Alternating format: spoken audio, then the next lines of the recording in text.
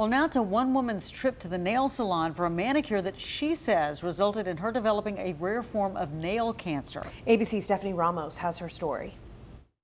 It seemed harmless until it wasn't.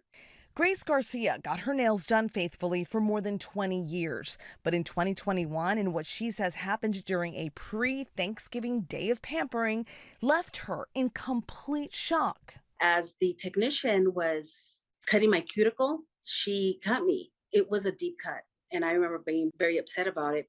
Garcia says after a few days, she thought the cut on her ring finger was healing, but still, something seemed off.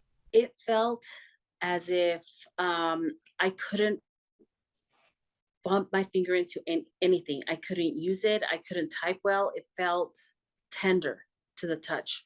After dealing with the pain for months and multiple follow-ups with her general doctor, in April of 2022, she was referred to a UCLA health specialist and dermatologist, Dr. Teo Soleimani, for a biopsy.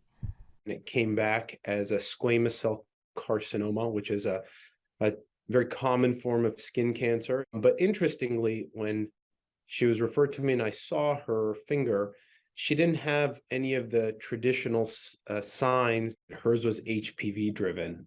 And it's an interesting thing to see. Human papillomavirus is commonly considered a sexually transmitted infection that can be transmitted through skin-to-skin contact or skin-to-mucosa contact. Depending on the strain, it can cause cancers or manifest as warts on various parts of the body.